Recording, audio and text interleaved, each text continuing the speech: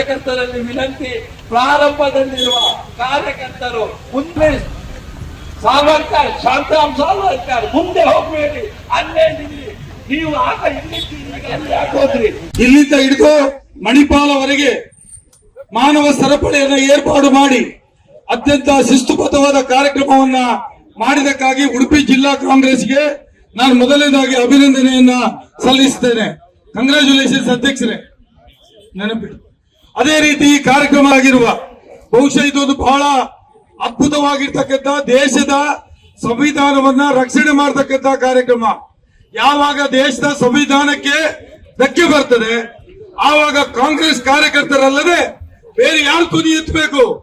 ಈ ದೇಶದಲ್ಲಿ ಧ್ವನಿ ಎತ್ತುವಂತ ಪಕ್ಷ ದೇಶದಲ್ಲಿ ಇದ್ರೆ, ಸಂವಿಧಾನ ರಕ್ಷಣೆ ಮಾಡುವಂತ ಪಕ್ಷ ಇದ್ರೆ ಅದು ಕಾಂಗ್ರೆಸ್ ಪಕ್ಷ ಹೊರತು ಬೇರೆ ಯಾವುದೇ ಪಕ್ಷಗಳಿಗಿಲ್ಲ ಅಂತ ಹೇಳುವುದನ್ನ ಘಂಟಾಘೋಷವಾಗಿ ಹೇಳಲಿಕ್ಕೆ ಬಯಸ್ತೇನೆ. ಇವತ್ತು ಮಾಡುವಂತಹ ಕೆಲಸ ದೇಶದ ಸಂವಿಧಾನವನ್ನ ರಕ್ಷಣೆ ಮಾಡೋದು. ಮತದಾನದ ಹಕ್ಕು ನಮ್ಗೆ ಕೊಟ್ಟಿರ್ತಕ್ಕಂಥ ಡಾಕ್ಟರ್ BR ಅಂಬೇಡ್ಕರ್ ಅವರು ಈ ಸಂವಿಧಾನದ ಮೂಲಕ ಆ ಕೊಟ್ಟಂತ ಹಕ್ಕನ್ನ ಕಸಿದು, ಆ ಹಕ್ಕನ್ನ ಎಳೆದು ಸಂವಿಧಾನವನ್ನೇ ನಾವು ರಕ್ಷಿಸುವುದಿಲ್ಲ ಅಂದಾಗ ಈ ದೇಶಕ್ಕೆ ಸ್ವಾತಂತ್ರ್ಯವನ್ನು ತಂದುಕೊಟ್ಟಂತ ಕಾಂಗ್ರೆಸ್ ಪಕ್ಷ ಸುಮ್ಮನಿರ್ಲಿಕ್ಕೆ ಸಾಧ್ಯ ಆಗೋದಿಲ್ಲ. ಹಾಗಾಗಿ ನಾವು ಬೀದಿಗೆ ಬಂದಿದ್ದೇವೆ, ಬೀದಿಯಲ್ಲಿ ಓಡಾಡ್ತಾ ಇದ್ದೇವೆ, ಸಹಿ ಸಂಗ್ರಹ ಮಾಡ್ತೇವೆ.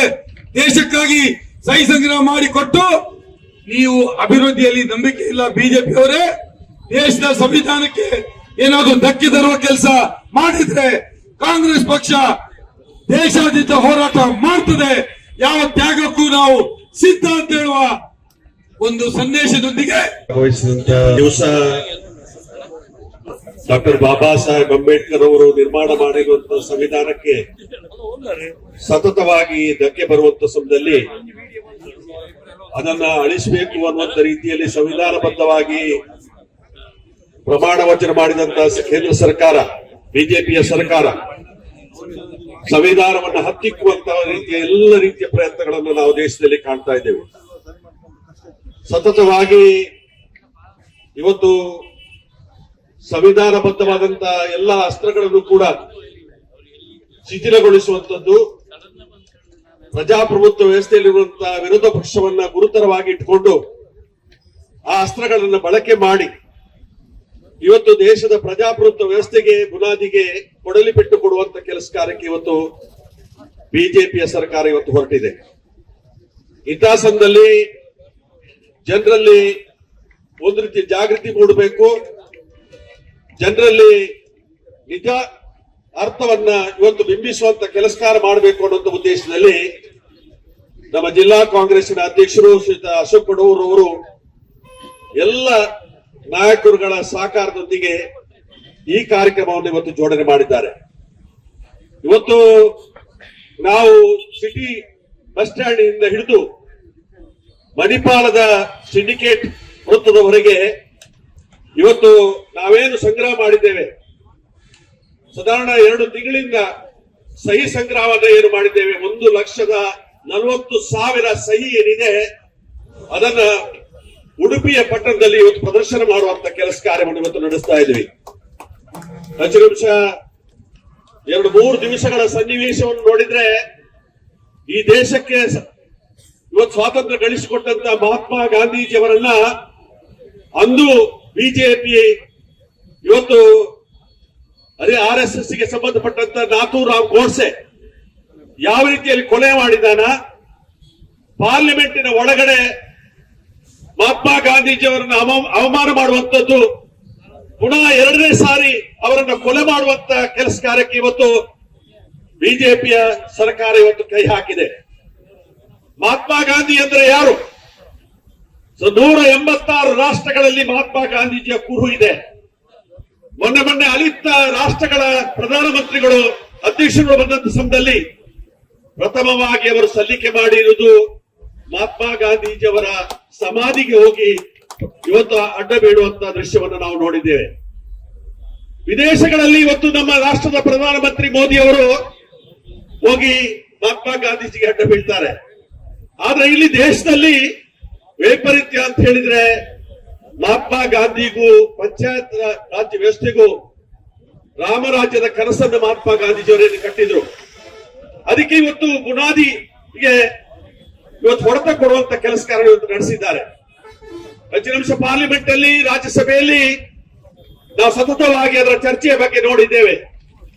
ಹೆಚ್ಚಿನ ಅಂಶ ಅನೇಕ ಅಕ್ರಮಗಳಾಗಿದೆ. ಇವತ್ತು ರಾಮದೇವರ ಹೆಸರನ್ನ, ರಾಮ್ಜಿ ಅನ್ನುವಂತ ಹೆಸರನ್ನ ತರುವುದರ ಮುಖಾಂತರ ಅಕ್ರಮಗಳನ್ನ ಹೆಚ್ಚಿನ ಅಂಶ ರಾಮ್ಜಿ ಅವರ ರಾಮದೇವರ ಹೆಸರಲ್ಲಿ ಇವತ್ತು ಮಾಡ್ಲಿಕ್ಕೆ ಹೊರಟಿದ್ದಾರೆ. ಅಂದು ಅಯೋಧ್ಯೆಯಲ್ಲಿ ದೇವಸ್ಥಾನ ನಿರ್ಮಾಣ ಮಾಡ್ತೇವೆ ಅಂತ ಹೇಳಿ ಎಲ್ಲರಿಂದ ಹರಕೆ ಸಂಗ್ರಹ ಮಾಡಿ ಇವತ್ತು ಆ ಹರಕೆ ದುಡ್ಡು ಎಲ್ಲಿ ಹೋಗಿದೆ ಅಂತ ಲೆಕ್ಕಾಚಾರ ಕೊಡದೆ ಇವತ್ತು ಅದು ಹಗರಣ ಆಗಿದ್ರೆ ಅದಕ್ಕೆ ಸರಿಯಾದ ರೀತಿಯ ಉತ್ತರವನ್ನು ಅಯೋಧ್ಯೆಯ ಜನ ಕೊಟ್ಟಿದ್ದಾರೆ. ಮೊನ್ನೆ ನಡೆದಂತಹ ಪಾರ್ಲಿಮೆಂಟ್ ಚುನಾವಣೆಯಲ್ಲಿ ಇವತ್ತು ಬಿಜೆಪಿಯನ್ನು ಸೋಲಿಸಿ ಇವತ್ತು ಅಲ್ಲಿ ಲೋಕಸಭಾ ಸದಸ್ಯರನ್ನು ಆಯ್ಕೆ ಮಾಡುವಂತ ಅವಕಾಶಗಳಾಗಿದೆ. ರಾಹುಲ್ ಗಾಂಧಿ ಅವರು ಸತತವಾಗಿ ಹೋರಾಟವನ್ನು ಮಾಡ್ತಾ ಇದ್ದಾರೆ ಮತಕಲ್ಲರ್ತನದ ಬಗ್ಗೆ.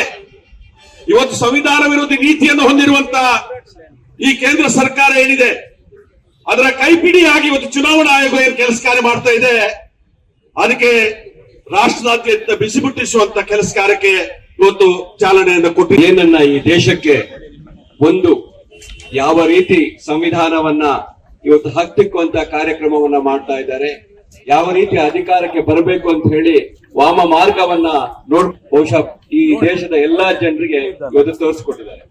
ಆದರೆ ಉಡುಪಿ ಜಿಲ್ಲಾ ಕಾಂಗ್ರೆಸ್ಸಿನ ಅಧ್ಯಕ್ಷರು ಮತ್ತೆ ಸೇರಿದಂತ ಎಲ್ಲ ನಾಯಕರುಗಳು, ಕಾರ್ಯಕರ್ತರು ಬಹುಶಃ ಇಡೀ ದೇಶದಲ್ಲಿ ಒಂದು ವಿಭಿನ್ನ ರೀತಿಯ ಒಂದು ಕಾರ್ಯಕ್ರಮವನ್ನ ಆಚರಿಸಿ ಇವತ್ತು ಜನರಿಗೆ ಒಂದು ಜಾಗೃತೆಯನ್ನ ತಲುಪಿಸಿದ್ದಾರೆ. ಹಾಗಾಗಿ ಕಾಂಗ್ರೆಸ್ ಪಕ್ಷದ ಜಿಲ್ಲಾ ಅಧ್ಯಕ್ಷರಿಗೂ ಎಲ್ಲ ನಮ್ಮ ನಾಯಕರುಗಳಿಗೂ, ಬ್ಲಾಕ್ ಕಾಂಗ್ರೆಸ್ನ ಅಧ್ಯಕ್ಷರಿರ್ಬೋದು, ಪದಾಧಿಕಾರಿಗಳಿರ್ಬೋದು, ನಮ್ಮ ರಾಜ್ಯ ಮಟ್ಟದ ನಾಯಕರುಗಳಿರ್ಬೋದು, ಹಾಗೂ ಅವರೆಲ್ಲರಿಗೂ ಕಾಂಗ್ರೆಸ್ ಪಕ್ಷದ ಪರವಾಗಿ ಅಭಿನಂದನೆಗಳನ್ನು ಸಲ್ಲಿಸಿ ಈ ಮತ್ತೊಮ್ಮೆ ಜನರಿಗೆ ಈ ಕಾರ್ಯಕ್ರಮವನ್ನು ಮುಟ್ಟಿಸುವಂತ ಕಾರ್ಯಕ್ರಮವಾಗಬೇಕು ಅಂತ ಹೇಳಿ ನನ್ನ ಎರಡು ಮಾತನ್ನು ಮುಗಿಸ್ತೇನೆ. ಮತ್ತು ಉಡುಪಿ ಜಿಲ್ಲೆಯ ಸಮಸ್ತ ಜನತೆ ಈ ಸಂವಿಧಾನದ ಈ ಪೀಠಿಕೆಯನ್ನು ಓದುವಾಗ ನಮ್ಮ ಬಲಗೈಯನ್ನು ಎದುರಿಗೆ ಹಾಕಿ ಈ ಸಂವಿಧಾನದ ಮಹತ್ವವನ್ನ ಅರ್ಥ ಮಾಡಿಕೊಳ್ಬೇಕು ಅಂತೇಳಿ ಬಯಸಿ ಎಲ್ಲರೂ ಬಲಗೈಯನ್ನ ಮೇಲೆ ಎತ್ತಬೇಕು, ಎದುರಿನಲ್ಲಿ ಇಟ್ಕೊಳ್ಬೇಕು ಎಂಬುದಾಗಿ ಕೇಳ್ಕೊಳ್ತೇವೆ. ಸಂವಿಧಾನವು ರಕ್ಷಿತ ಸಂವಿಧಾನದ ಪ್ರಸ್ತಾವನೆ ಭಾರತದ ಜನಗಳಾದ ನಾವು